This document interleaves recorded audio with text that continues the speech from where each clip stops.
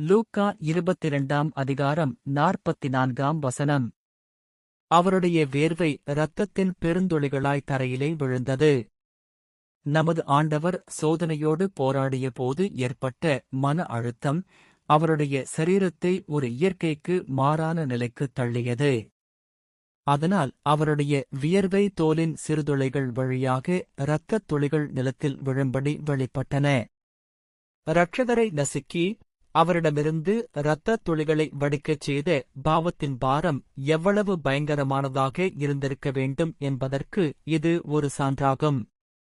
இந்த இரத்தத் துளிகள் அவருடைய அன்பின் மகா வல்லமையை நிரூபிக்கிறது. பழைய காலத்து ஐசக் அம்ப்ரோஸ் ஒரு அழகான கருத்தை கூறுகிறார். ஒரு மரத்தை வெட்டாமலேயே அதிலிருந்து தானாகவே கசியும் பிசின்தான் எப்போதும் சிறந்தது. கசையடிகளால் காயப்பட்ட போதும் சிலுவையில் ஆணிகளால் துளைக்கப்பட்ட போதும் இந்த விலையேறப்பெற்ற மரம் நறுமணங்களை வெளிப்படுத்தியது.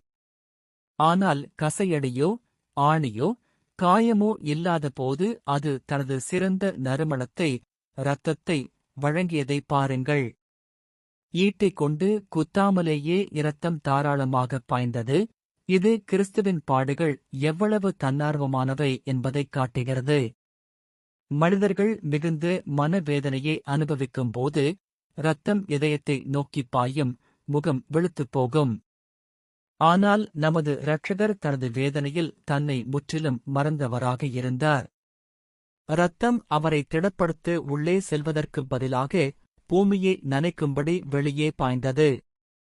கிறிஸ்துவின் இந்த வேதனை அவர் மனிதர்களுக்காக தன்னை முழுமையாக ஊற்றுப் பலியானதை சித்தரிக்கிறது. அவர் கடந்து வந்த அந்த போராட்டத்தின் தீவிரம் எவ்வளவு என்பதை நாம் உணரவில்லையா?